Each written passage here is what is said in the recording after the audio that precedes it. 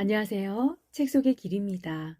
오늘은 스콧 피츠제럴드의 위대한 개츠비 그 네 번째 이야기입니다.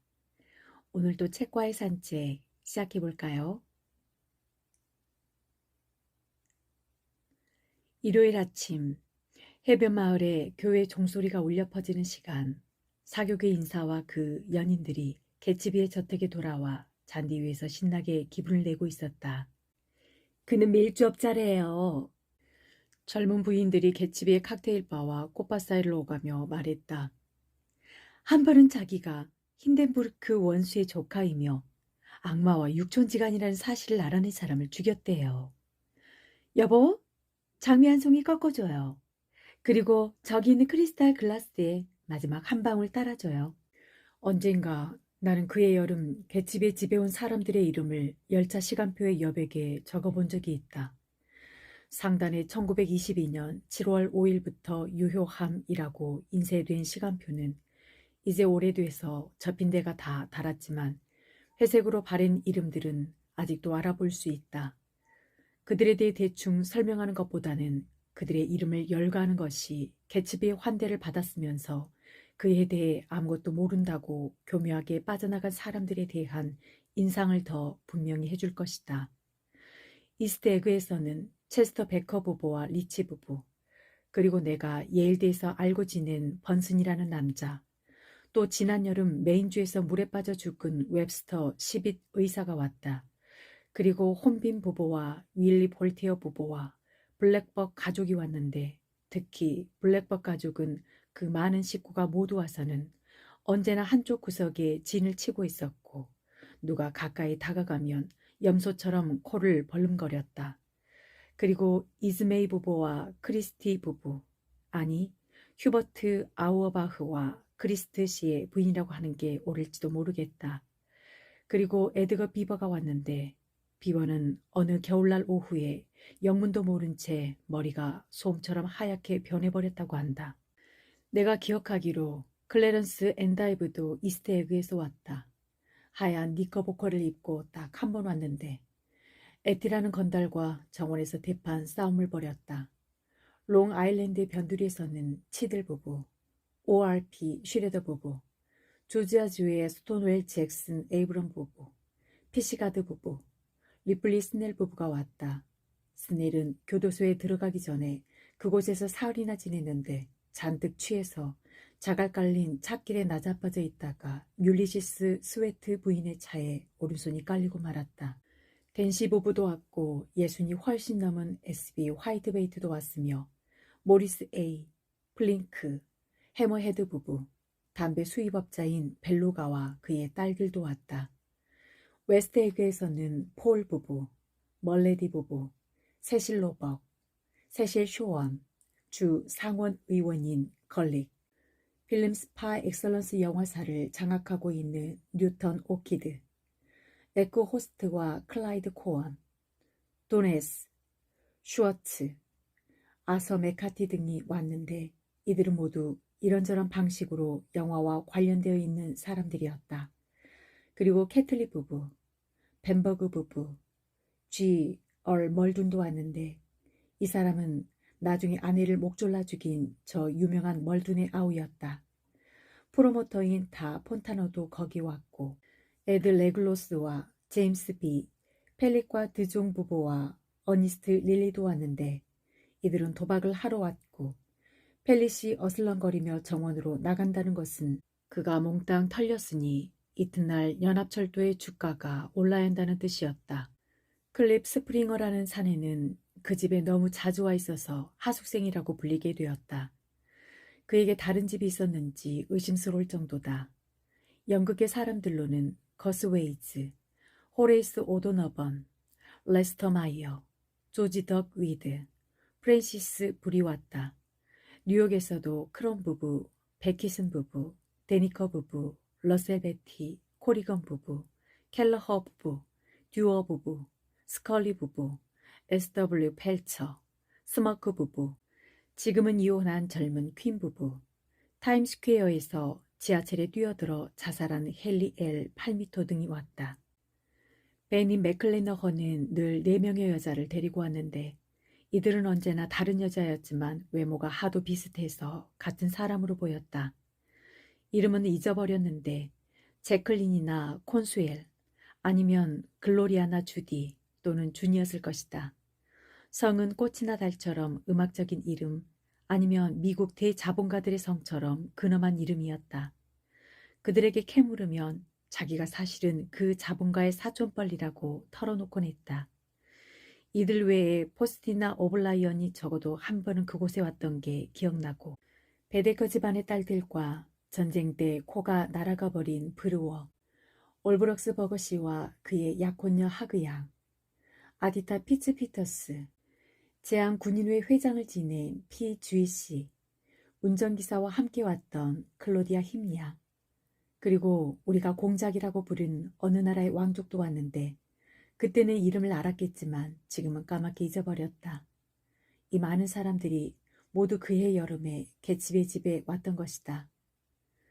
7월 하순의 어느 날 아침 9시 개츠비의 호화로운 자동차가 울퉁불퉁한 찻길을 비틀거리며 올라와서 내 집 앞에 멈춰서더니 세 가지 음색의 경적으로 아름다운 멜로디를 연주하기 시작했다. 나는 그의 파티에 벌써 2번이나 갔고 그의 수상 비행기를 탄 적도 있었으며 그의 끈질긴 초대에 못 이겨 그의 해변을 자주 이용했지만 그가 나를 찾아온 것은 처음이었다. 안녕하시오 형씨. 오늘 나하고 점심이나 같이 합시다. 내 차로 함께 가면 좋을 것 같은데. 그는 미국인 특유의 재치 있는 동작으로 자동차 대시보드 위에서 균형을 잡고 있었다. 나는 그런 동작이 젊었을 때 무거운 물건을 드는 일을 해보지 않은 결과이고 무엇보다도 우리가 이따금 벌이는 광란의 게임 때문에 생겨난 무용의 결과라고 생각한다.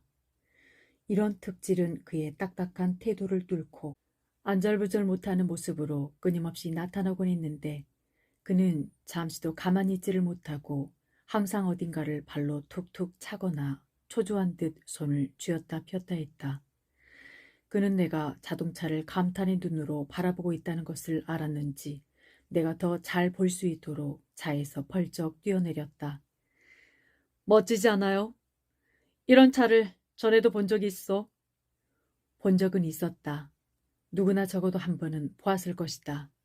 짙은 크림색의 니켈 장식이 번쩍이고 괴물처럼 긴 차체 여기저기에 모자 박스와 음식 박스와 연장 박스가 뽐내듯 튀어나와 있고 미로처럼 복잡한 연암은 개의 유리창이 태양을 반사하고 있었다. 우리는 여러 겹의 유리창 뒤 온실 같은 초록색 가죽 시트에 앉아서 시내를 향해 출발했다. 나는 지난 한 달 동안 그와 대여섯 번 대화를 나누었는데 실망스럽게도 그는 이야기거리가 별로 없었다. 그래서 그가 뭔가 중요한 인물일 거라는 내 첫인상은 차츰 사라졌고 이제는 그저 내 이웃에 사는 호화로운 여관 주인 정도로밖에 보이지 않았다. 그러던 차에 난데없는 드라이브를 하게 된 것이다. 우리가 웨스트에그 마을에 도착하기도 전에 개츠비는 우아한 말투를 벌이고 캐러멜 색깔의 바지 무릎을 어설프게 탁탁 치기 시작했다. 그러다가 불쑥 물었다. 이봐요 형씨, 나를 어떻게 생각하시오? 나는 조금 당황하여 막연한 말투로 얼버무리기 시작했다. 그런 질문에는 그런 대답을 하는 게 마땅하지 않겠는가. 형씨한테 내 과거를 털어놓을까 합니다. 그가 내 말을 가로막았다. 여러 가지 소문을 들었을 텐데 그것 때문에 나를 오해하지 말았으면 했어요. 그러니까 그는 자기 집 홀에서 오간 대화의 양념이 된 그 기이한 험담들을 잘 알고 있었던 것이다. 신에게 맹세코 진실을 말하리다. 그는 거짓말을 하면 천벌을 받겠다는 표시로 갑자기 오른손을 들어 맹세했다. 나는 중서부의 부잣집 아들로 태어났소. 가족은 이제 다 죽고 없지만요. 미국에서 자랐지만 교육은 옥스퍼드에서 받았어요. 집안 전통에 따라 조상들도 대대로 거기서 교육을 받았으니까요. 그는 나를 곁눈질했다. 나는 그가 거짓말을 하고 있다고 조던 베이커가 단정한 이유를 알 수 있었다. 그는 교육을 옥스퍼드에서 받았다는 말을 아주 빠르게 했다. 아니, 그 말을 꿀꺽 삼켜버렸다고나 할까? 아니면 그 말이 목에 걸렸다고나 할까? 어쨌든 전에도 그 말을 하다가 고통을 당한 적이 있는 것처럼 서둘러 그 말을 끝냈다. 일단 그런 의심이 들자 그의 말이 모두 산산조각 나버렸고 결국 그에게는 조금 사악한 데가 있는 게 아닐까 하는 생각이 들었다. 중서부 어딥니까? 나는 별 생각 없이 물었다. 샌프란시스코요. 그렇군요. 가족이 다 죽자 꽤 많은 돈이 내 손에 들어오게 됐지요. 그의 목소리는 진지했다. 가족이 그렇게 갑자기 사멸한 기억이 아직도 머리에서 떠나지 않는 듯했다. 나를 놀리고 있는 게 아닐까 하고 잠시 의심했지만 그를 힐끗 보고는 그렇지 않다고 확신할 수 있었다. 그 후 나는 유럽의 대도시 파리, 베네치아, 로마 등지를 돌아다니며 인도의 젊은 왕자처럼 지냈지요. 보석, 주로 루비를 수집하고 맹수 사냥도 하고 그림도 좀 그리면서 살았는데 오직 나 자신만을 위한 일이었고 그렇게 하면서 오래전에 겪은 일들을 잊으려고 했었지요. 나는 그 믿을 수 없는 이야기에 웃음이 터지려는 걸 간신히 참았다.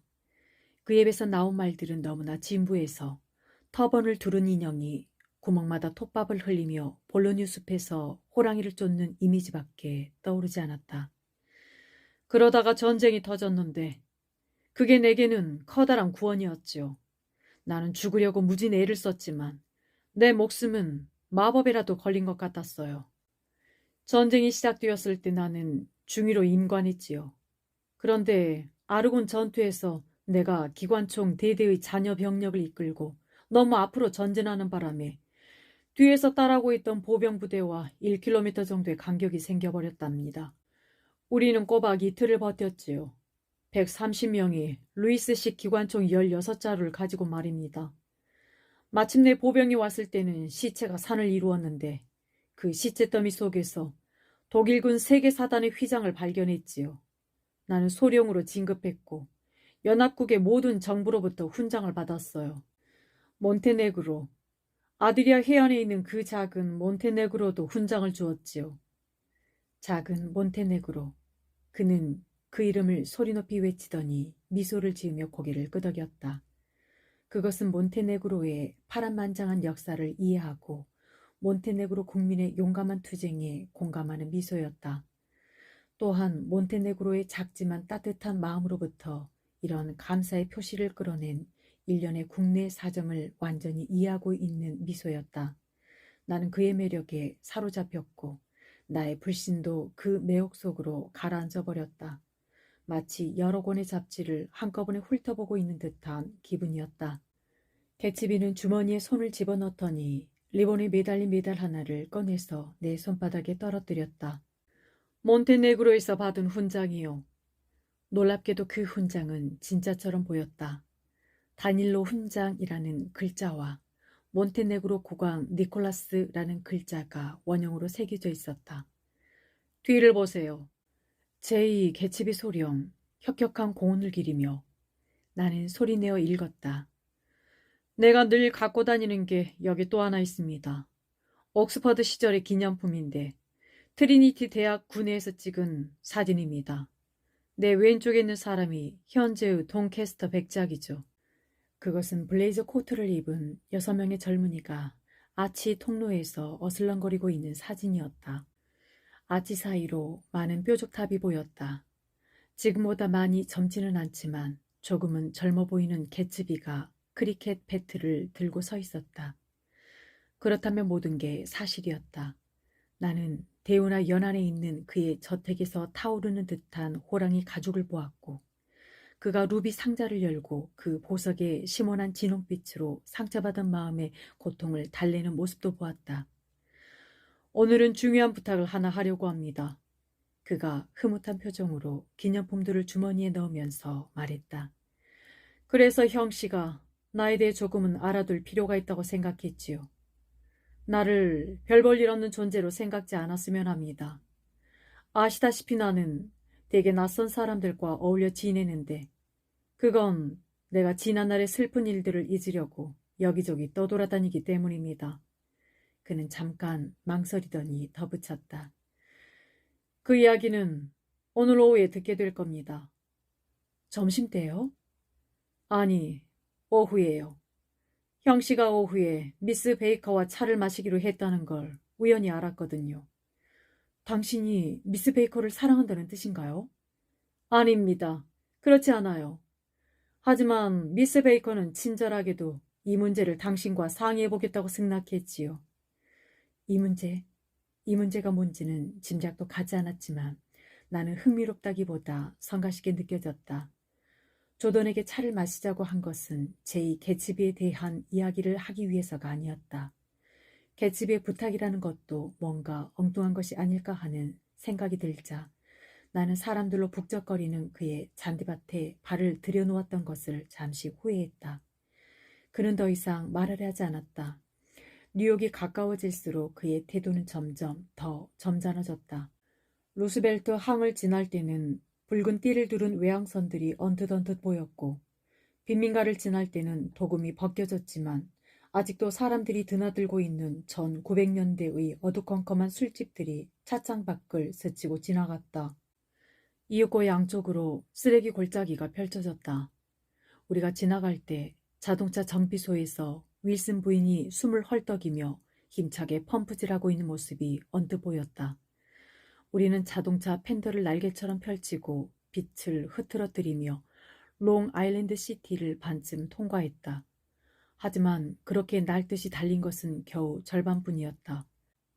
우리가 고가철도 아래의 기둥 사이를 요리조리 누비며 달리고 있을 때 부릉부릉 하는 귀에 익은 오토바이 소리가 들리더니 미친 듯이 화가 난 경찰관이 우리 앞에 나타나 우리와 나란히 달렸다. 걱정 마시오 형씨. 개츠비가 소리치고는 속도를 늦추었다. 그러고는 지갑에서 하얀 카드 한 장을 꺼내더니 경찰관의 눈앞에 흔들었다. 됐습니다. 경찰관이 가볍게 격려하면서 말했다. 다음에는 알아모시겠습니다. 개츠비 씨, 죄송합니다. 그게 뭐였죠? 옥스퍼드 사진인가요? 내가 물었다. 언젠가 경찰국장의 편의를 봐준 적이 있는데 그 후 해마다 크리스마스 카드를 보내는군요.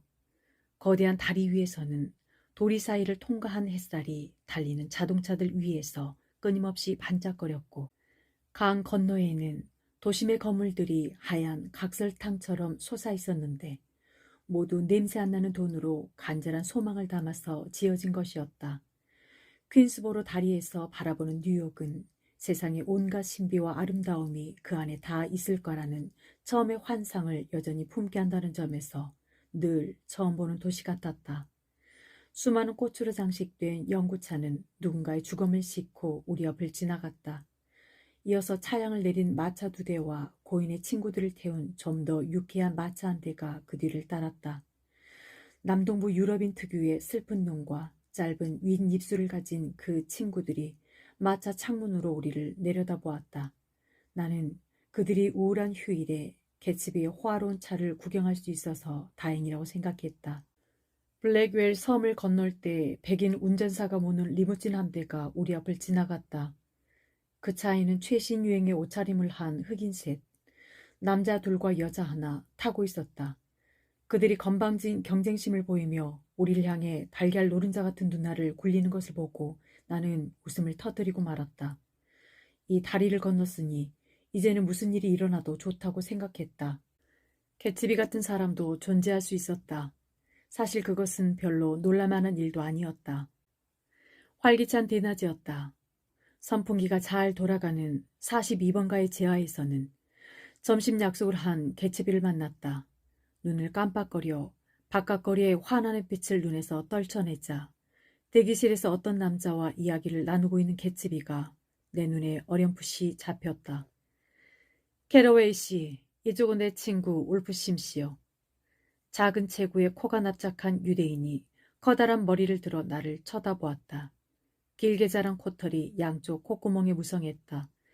잠시 후 나는 어스름 속에서 그의 작은 눈을 찾아낼 수 있었다. 그래서 녀석을 한번 쓱 쳐다보았지. 울프심이 말하고는 진지하게 내 손을 잡고 흔들었다. 그런 다음 내가 어떻게 한 줄 아나? 네? 뭐라고요? 나는 정중하게 물었다. 하지만 그는 나에게 말하고 있지 않은 게 분명했다. 내 손을 놓더니 표정이 풍부한 코를 개츠비에게 들이댔기 때문이다. 개츠포에게 돈을 건네면서 이렇게 말했지. 좋아, 개츠포. 저놈이 입을 다물기 전에는 한 푼도 주지 마. 그랬더니 그 자리에서 당장 입을 다물더군. 개츠비는 우리 두 사람과 팔짱을 끼고 식당 안으로 들어갔다. 그러자 울프심은 뭔가 하려던 말을 꿀꺽 삼키고 몽유병자처럼 멍한 상태에 빠져들었다. 하이볼로 드릴까요? 웨이터가 물었다. 아주 괜찮은 레스토랑이군. 울프심이 천장에 그려진 장로교의 요정들을 쳐다보면서 말했다. 하지만 나는 길 건너편이 더 좋아. 그래, 하이볼로 줘요. 개츠비가 웨이터에게 말하고 울프심 쪽으로 눈을 돌렸다. 거긴 너무 더워요. 맞아. 덥고 좁아. 하지만 추억이 가득한 곳이지. 울프심이 말했다. 어딘데요? 내가 물었다. 메트로폴 말이요. 아, 메트로폴. 울프심이 침울한 얼굴로 생각에 잠겼다. 죽은 사람, 떠난 사람들의 얼굴로 가득 차 있지.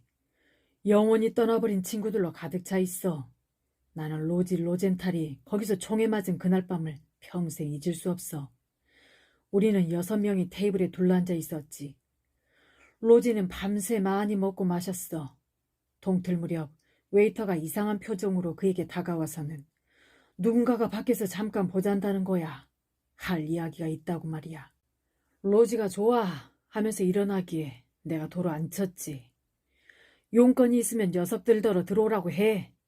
로지, 무슨 일이 있어도 이 방에서 나가면 안 돼.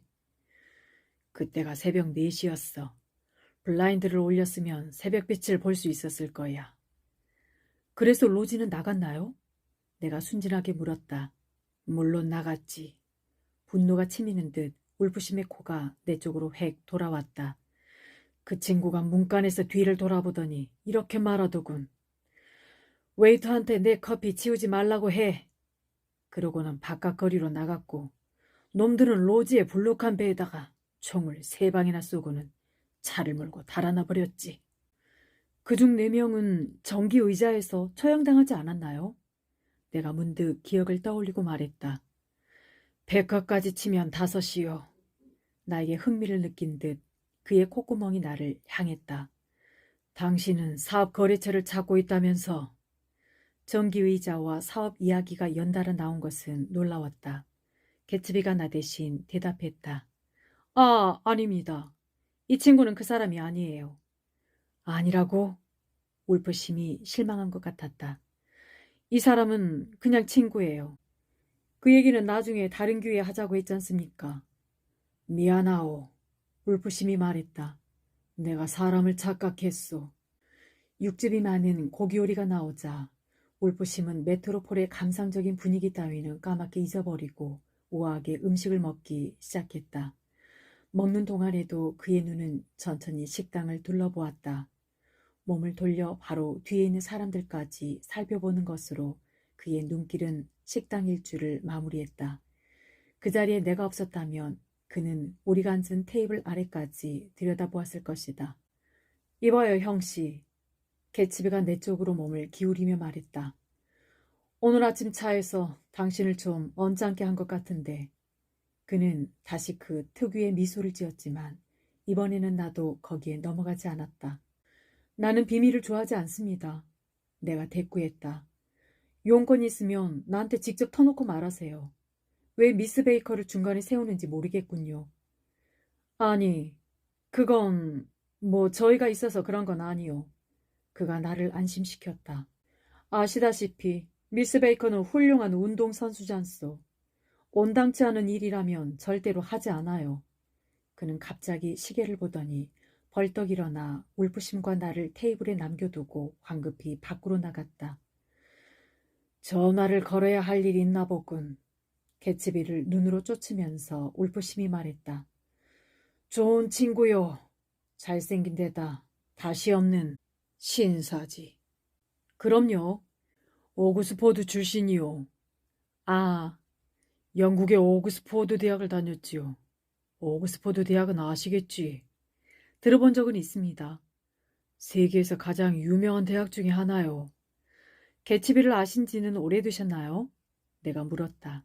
몇 년 됐소? 그가 흐뭇한 얼굴로 대답했다. 전쟁 직후 알게 될 기회가 있었지. 그런데 1시간쯤 이야기하고 나서 참 괜찮은 사람을 만났다는 걸 알게 되었소.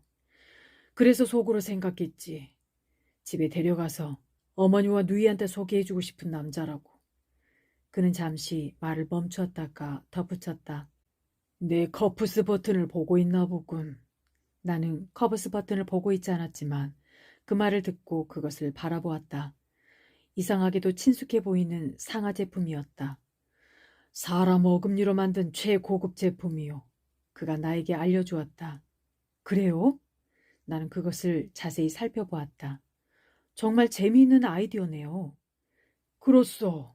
그는 외투 속에서 소매를 손가락으로 탁 튀겼다. 개츠비는 여자에 대해서는 아주 신중한 편이요. 친구 마누라한테는 눈길도 주지 않아요. 이처럼 본능적인 신뢰를 받고 있는 당사자가 테이블에 돌아와 앉자 울프 심은 커피를 단숨에 들이켜고 자리에서 일어났다. 점심 잘 먹었네. 그만 일어나야지. 너무 오래 앉아있으면 두 젊은이한테 미움을 살 테니까. 서둘 거 없어요, 마요. 개츠비가 덤덤하게 말했다. 울프 심은 축복을 내리는 몸짓으로 손을 들어 올렸다. 친절은 고맙지만 나는 자네들과 세대가 달라. 그가 진지하게 말했다. 자네들은 여기 앉아서 자네들이 즐기는 화제나 이야기하게 스포츠라든가 젊은 아가씨들이라든가 나머지는 알아서 상상하라는 듯 다시 한번 손을 흔들었다. 나는 50살이야. 더 이상 자네들 일에 참견하지 않겠어.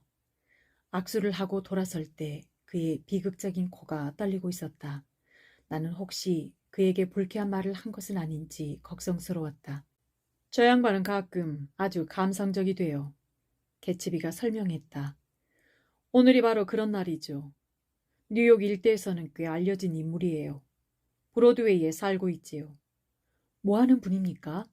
연극 배우인가요? 아니요. 그럼 치과 의사? 마이어 울프심이? 천만에. 도박사예요. 개츠비는 잠시 망설이다가 냉정하게 덧붙였다. 1919년에 월드 시리즈의 승부를 조작한 장본인이죠. 월드 시리즈의 승부를 조작했다고요? 내가 되물었다. 나는 깜짝 놀랐다. 물론 나도 1919년에 월드 시리즈의 승부가 조작된 사실은 기억하고 있었다. 하지만 내가 그 사건에 대해 한 번이라도 생각해 보았다면 그것은 불가피한 사건이 연달아 일어난 결과 우연히 발생한 일이라고 생각했을 것이다. 한 사람이 금고를 폭파하는 강도처럼 한 가지 목적만 가지고 5천만 명이나 되는 사람들의 믿음을 우롱할 수도 있다는 생각은 전혀 내 머리에 떠오르지 않았다. 어쩌다 그런 짓을 하게 됐지요? 내가 잠시 후에 물었다. 그냥 기회가 왔기 때문에 했을 뿐이지요. 왜 감옥에 가지 않은 겁니까? 잡아 넣을 수 없었겠죠. 아주 영리한 사람이니까. 점심값은 내가 내겠다고 고집을 부렸다. 웨이터가 거스름돈을 가져왔을 때 사람들로 붐비는 식당 저편에 톰 뷰캐넌이 앉아있는 모습이 눈에 들어왔다. 잠깐 함께 갑시다. 인사할 사람이 있네요. 내가 말했다. 톰은 우리를 보더니 벌떡 일어나서 우리 쪽으로 대여섯 걸음 다가왔다. 요즘 어디 있었나? 자네한테서 연락이 없다고 데이지가 잔뜩 화가 났어. 이쪽은 개츠비 씨, 그리고 이쪽은 톰 뷰캐넌 씨. 그들은 짧게 악수를 나누었다. 그런데 개츠비의 얼굴에 당황한 표정이 떠올랐다. 그에게서는 좀처럼 볼 수 없는 부자연스럽고 긴장한 표정이었다. 어쨌든 그동안 어떻게 지냈어? 톰이 나에게 물었다. 웬일로 이렇게 먼 데까지 식사를 하러 왔지? 개츠비 씨와 함께 점심을 먹었어. 나는 개츠비 쪽으로 몸을 돌렸지만 그는 이미 거기에 없었다. 1917년 10월의 어느 날이었어요. 그날 오후 조던 베이커는 플라자 호텔 커피숍에서 등받이가 곧은 의자에 몸을 꼿꼿이 세우고 똑바로 앉아서 말했다. 나는 보도를 걷기도 하고 잔디밭을 걷기도 하면서 이리저리 거닐고 있었어요. 잔디밭을 걷는 게 더 기분이 좋았죠. 바닥에 작은 고무 장식들이 오돌도돌 튀어나와 있는 영국제 구두를 신고 있어서 부드러운 풀밭에 쏙쏙 박혔거든요. 또 새로 사입은 체크무늬 스커트도 바람에 살랑살랑 날렸고요. 그럴 때마다 모든 집 앞에 내걸린 성조기가 팽팽하게 펼쳐지면서 못마땅하다는 듯 쯧쯧쯧 하는 소리를 냈어요. 가장 큰 깃발과 가장 넓은 잔디밭은 데이지 페인의 것이었죠. 데이지는 그때 나보다 2살 위인 18살이었고 루이빌의 모든 아가씨들 중에서 제일 인기가 높았어요. 데이지는 하얀 옷을 입었고 자그마한 하얀색 로드스터를 갖고 있었죠. 데이지네 집에서는 온종일 전화벨이 울렸고 테일러 기지에 근무하는 젊은 장교들은 잔뜩 흥분해가지고 어쨌든 딱 1시간만 하면서 그날 밤 데이지를 독점하려고 야단들이었죠. 그날 아침 내가 데이지네 집 건너편에 이르렀을 때 데이지의 하얀 로드스터가 길가에 세워져 있고 차 안에는 내가 본 적 없는 중이와 데이지가 함께 앉아있는 거예요. 그들은 서로 홀딱 반해 있어서 내가 5걸음 떨어진 곳까지 다가가도 알아차리지 못할 정도였어요. 안녕 조던. 뜻밖의 데이지가 나를 부르다군요. 이리 좀 와줘. 데이지가 나와 이야기하고 싶어 해서 나는 우쭐한 기분이 들었어요. 언니뻘 되는 여자들 가운데 데이지를 가장 좋아했으니까요. 데이지는 적십자사로 붕대를 만들러 가는 길이냐고 묻더군요. 그렇다고 대답했더니 자기는 오늘 못 가니까 그렇게 전해줄 수 있겠냐고 하더군요. 데이지가 말하는 동안 장교는 줄곧 데이지를 바라보고 있었어요. 젊은 여자라면 누구나 언젠가는 받고 싶어하는 그런 눈길로 말이에요. 나에게는 무척 로맨틱하게 보였기 때문에 그 후에도 잊혀지지 않고 계속 기억에 남아있었죠. 그 장교의 이름은 제이 개츠비였어요. 그 후 4년이 넘도록 그를 보지 못했어요. 나중에 롱아일랜드에서 만났을 때에도 그가 개츠비라는 걸 알아차리지 못했다니까요. 그게 1917년 일이었어요. 이듬해에는 나한테도 애인이 몇 명 생겼고 골프 대회에 나가기 시작했기 때문에 데이지를 자주 만나지 못했어요. 데이지는 데이트할 때도 자기보다 조금 나이 많은 사람들과 어울렸죠. 데이지에 대해 터무니없는 소문이 돌고 있었어요. 어느 겨울밤에 데이지가 해외로 떠나는 군인에게 작별 인사를 하러 뉴욕으로 가려고 가방을 꾸리다가 어머니한테 들켰다는 거예요. 실제로 데이지는 가지 못했고 그 후 몇 주 동안 가족과 말도 안 했대요. 그 일이 있고 나서 다시는 군인들과 어울리지 않았고 아예 군대에 들어갈 수 없는 평발이나 근시인 젊은이들하고만 사귀었어요. 이듬해 가을이 되자 데이지도 다시 여느 때와 마찬가지로 쾌활해졌죠. 휴전협정이 맺어진 뒤 데이지는 사교계에 데뷔했고 2월에는 뉴올리언스 출신의 남자와 약혼했을 거예요. 그런데 6월에 결혼한 상대는 시카고의 톰 뷰캐넌이었죠. 루이빌에서 그렇게 성대한 결혼식은 본 적이 없었어요. 톰 뷰캐넌은 자가용 넉대에 100명이나 되는 하객을 태우고 와서는 멀바크 호텔 한 층을 통째로 빌리고 결혼식 전날에는 신부한테 35만 달러짜리 진주 목걸이를 선물했죠. 나는 신부 들러리였어요. 피로연이 열리기 30분 전에 신부방에 들어갔는데 데이지는 꽃장식한 드레스를 입은 채 6월의 밤처럼 아름답게 침대에 누워있더군요. 원숭이처럼 취해서 말이에요. 한 손에는 포도주병을 들고 다른 손에는 편지 한 통을 쥐고 있었죠. 축하해줘. 데이지가 중얼거리더군요. 지금까지 술이라고는 한 방울도 마셔본 적이 없는데 술이 이렇게 좋은 줄이야. 도대체 왜 그래 데이지? 정말로 나는 겁이 났어요. 그렇게 취한 여자를 본 적이 없거든요. 여기. 데이지는 침대 위에 올려놓은 휴지통을 뒤져서 진주 목걸이를 꺼내더군요. 이걸 아래층으로 가져가서 누구든 주인한테 돌려줘. 그리고 사람들한테 말해. 데이지가 마음을 바꾸었다고. 분명히 말해야 돼. 데이지가 마음을 바꾸었다고. 데이지는 울기 시작했어요. 하염없이 울고 또 울었죠. 나는 밖으로 달려나가 데이지의 어머니의 하녀를 찾아서 데려왔어요. 우리는 문을 잠그고 찬물을 채운 욕조에 데이지를 집어넣었죠. 데이지는 편지를 놓으려 하지 않았어요. 그 편지를 쥔 채 욕조에 들어가서 물에 젖은 편지를 공처럼 똘똘 뭉쳐서 쥐어짜더니 눈송이처럼 갈갈이 찢어지는 것을 보고 나서야 내가 그걸 비누갑에 집어넣어도 그냥 가만히 있더군요. 하지만 더 이상은 아무 말도 하지 않았어요. 우리는 암모니아 술을 냄새 맡게 하고 이마에 얼음 찜질을 하고 다시 드레스를 입혔죠. 그리고 30분 뒤에 우리가 방에서 나왔을 때는 진주 목걸이가 데이지의 목에 걸려 있었고 사건은 그렇게 일단락되었죠.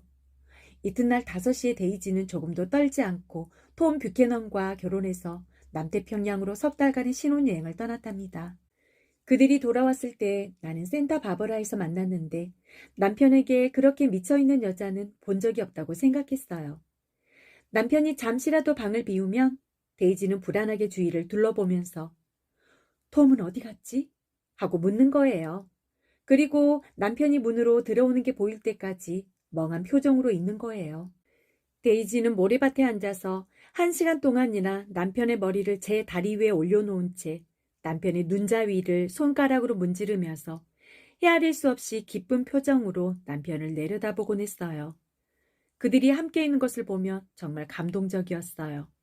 보는 사람도 매혹되어 남몰래 조용히 웃을 수밖에 없었죠. 그때가 8월이었어요. 내가 센타바바라를 떠난 지 일주일쯤 지난 어느 날 밤, 톰이 벤투라가도에서 외건과 충돌하여 앞바퀴가 떨어져 나가는 사고가 났는데 톰의 차에 함께 타고 있던 여자도 팔이 부러지는 바람에 신문에 났어요. 센타바바라 호텔에서 객실 청소부로 일하는 여자였지요. 이듬해 4월에 데이지는 딸을 낳았고 그 가족은 1년 동안 프랑스에 가 있었어요. 나는 봄에 칸에서 그들을 만났고 나중에 도빌에서도 만났죠.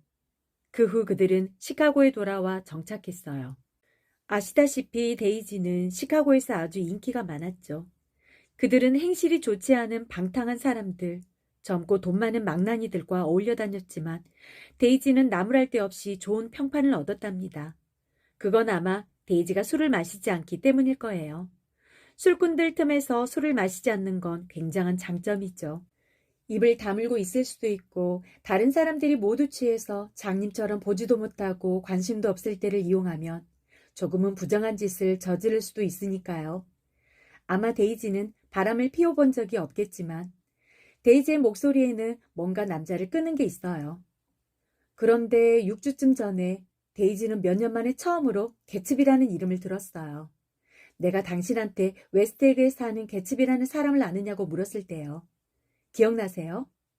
당신이 집으로 돌아간 뒤 데이지가 내 방에 들어와서 나를 깨우더니 무슨 개츠비야? 하고 묻는 거예요. 나는 반쯤 졸면서 그 사람에 대해 설명해 주었죠. 그랬더니 데이지는 야릇한 목소리로 자기가 전에 알았던 남자가 분명하다는 거예요. 그제야 나는 이 개츠비를 데이지의 하얀 차에 타고 있던 그 장교와 연결시키게 되었죠. 조던 베이커가 이야기를 끝낸 것은 우리가 플라자 호텔을 떠난 지 30분 뒤였다. 그때 우리는 빅토리아를 타고 센트럴파크를 지나가고 있었다.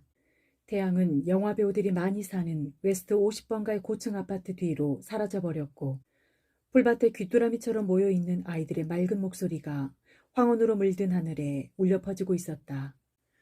나는 아라비아의 족장, 그대의 사랑은 나의 것. 그대가 잠든 한밤중에 그대의 천막으로 기어들리라. 묘한 우연이군요. 내가 말했다. 하지만 절대 우연이 아니었어요. 왜요? 개츠비가 그 집을 산 것은 데이지가 살고 있는 곳이 만 건너편이 되리라는 걸 알았기 때문이었으니까요. 그렇다면 6월의 그날 밤 개츠비가 바라보고 있었던 것은 별들만이 아니었다. 그는 아무 목적도 없는 호화로운 자궁 속에서 갑자기 해방되어 생생하게 살아 숨쉬는 모습으로 나에게 다가왔다. 그 사람은 알고 싶어 해요. 조던이 말을 이었다.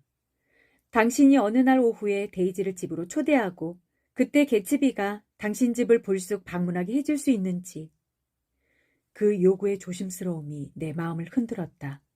그는 5년을 기다린 끝에 저택을 구입하여 우연히 날아드는 나방들에게 별빛을 나누어주고 있었다. 어느 날 오후 잘 알지도 못하는 사람의 정원으로 불쑥 방문할 수 있도록 하기 위하여. 겨우 그런 사소한 부탁을 하려고 그 사정을 나한테 모두 알려주었단 말입니까? 그 사람은 두려웠던 거예요. 너무 오랜 세월을 기다려왔으니까요. 당신이 화를 내진 않을까 걱정하더라고요. 알고 보면 정말로 좋은 사람이에요. 나는 뭔지 모르게 꺼림칙했다. 데이지를 만나게 해달라고 당신한테 부탁할 수도 있었는데 왜 그러지 않았을까요? 그 사람은 데이지한테 자기 집을 보여주고 싶어 해요. 그런데 당신 집이 바로 옆집이잖아요. 아, 그렇군요. 그 사람은 언젠가 데이지가 우연히 자기 집 파티에 오기를 얼마간 기대한 것 같아요. 조던이 말을 이었다. 하지만 데이지는 끝내 오지 않았지요. 그러자 그 사람은 사람들한테 데이지를 아느냐고 지나가는 말처럼 묻기 시작했고, 그렇게 해서 처음 찾아낸 사람이 바로 나였어요. 댄스 파티 때 사람을 보내 나를 부른 그날 밤이었죠. 그 사람이 얼마나 조심스럽게 그 이야기를 꺼냈는지 당신도 들었어야 하는 건데. 물론 나는 뉴욕에서 점심이나 같이 먹자고 당장 제안했죠. 나는 그 사람이 미쳐버리는 줄 알았어요. 도리에 어긋나는 짓은 하고 싶지 않습니다. 계속 이렇게 말하는 거예요. 나는 옆집에서 데이지를 만나고 싶습니다. 당신이 톰과 각별한 사이라고 했더니 그 사람은 계획을 아예 포기하려 들더군요. 그 사람은 데이지의 이름을 잠깐이라도 볼 수 있지 않을까 하는 기대로 5년 동안이나 시카고의 신문을 구독했다면서도 톰에 대해서는 별로 아는 게 없더라고요. 이제 날이 어두워져 있었다. 작은 다리 밑을 지날 때 나는 조던의 황금빛 어깨를 끌어안고 내 쪽으로 당기면서 저녁이나 같이 먹자고 말했다. 데이지와 개츠비는 갑자기 내 머리에서 사라지고 무엇에나 회의적인 태도를 보이는 이 여자. 내 품 안에서 쾌활하게 몸을 뒤로 젖힌 채 이 깔끔하고 냉정하며 약간 편협한 여자가 내 머릿속을 가득 채우고 있었다. 어떤 구절이 내 귓속에서 신나게 울려 퍼지기 시작했다. 세상에는 쫓기는 자와 쫓는 자, 바쁜 자와 지친 자가 있을 뿐이다. 데이지의 삶에는 뭔가 변화가 필요해요. 조던이 나에게 중얼거렸다. 데이지가 개츠비를 만나고 싶어 할까요? 데이지는 거기에 대해 알면 안 돼요. 개츠비는 데이지가 아는 걸 바라지 않아요. 당신은 그냥 차나 마시러 오라고 데이지를 초대하기만 하면 돼요.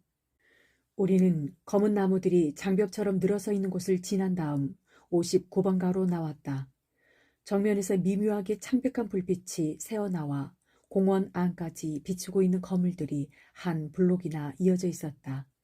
개츠비나 톰 뷰캐넌과는 달리 나에게는 얼굴이 육체에서 분리된 채 어두운 처마 밑과 눈부신 간판을 따라 떠도는 여자가 없었다. 그래서 나는 옆에 있는 여자를 끌어당겨 두 팔로 꽉 껴안았다. 그녀의 창백하고 경멸하는 듯한 입술이 미소를 머금고 있었다. 그래서 나는 그녀를 또다시 더 바싹 끌어당겼다. 이번에는 내 얼굴 쪽으로.